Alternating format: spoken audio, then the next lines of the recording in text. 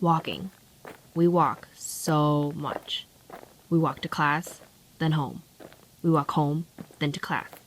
We walk to our jobs. We walk to the bars. We walk everywhere.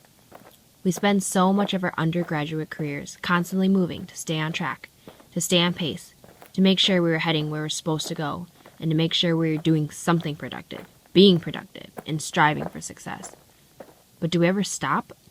Not literally stop in our footsteps and pause our lives, but stop to think about just ourselves, about who we are. What do we want others to see us as? And what are people unconsciously thinking that we are? Our own social identity. Well, this is mine.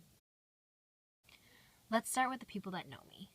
So, I asked my friends to describe me in one word. Here's what they had to say. Asian. Down to earth.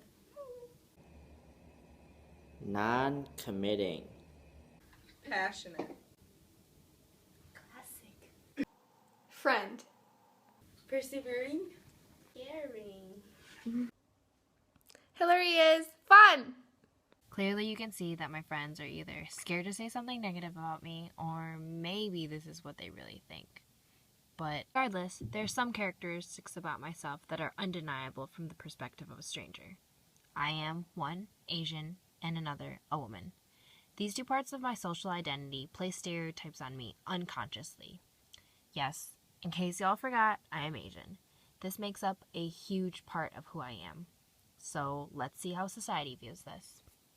People think that Asian girls are all the same. They do! Bro, there's only two types of Asian girls. The nerds that live in the library or the crazy party chicks who bleach their hair. That's it. The truth is, there are many different types of Asian girls. Yeah, about 18. Using the patented scientific method of making things up, We present to you today 18 types of Asian girls. Number 6, the brainiac super nerd Asian girl. She's probably the daughter of a professor, researcher, or engineer, or something smart. Do the words quantum mechanics, string theory, or multivariable calculus ring a bell? If they do, you're probably a brainiac Asian girl. She doesn't use social media very much unless she's posting about some sort of scientific breakthrough or the project she's working on.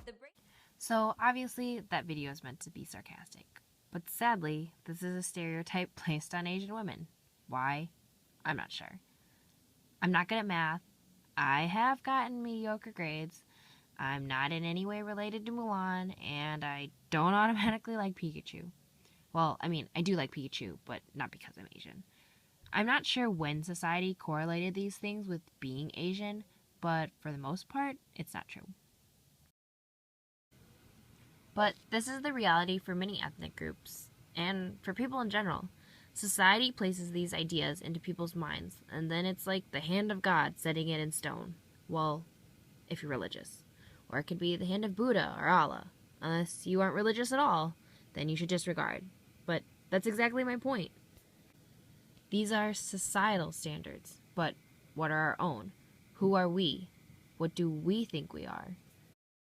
Well, if we looked at what we discussed in class, I am an able-bodied young adult that happens to be Asian, and more specifically, Taiwanese with religious views that coincide with the Lutheran faith. And that's great.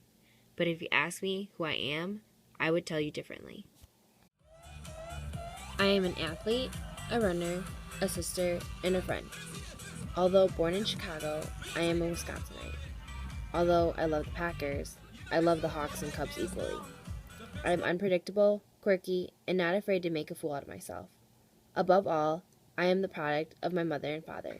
I am their legacy.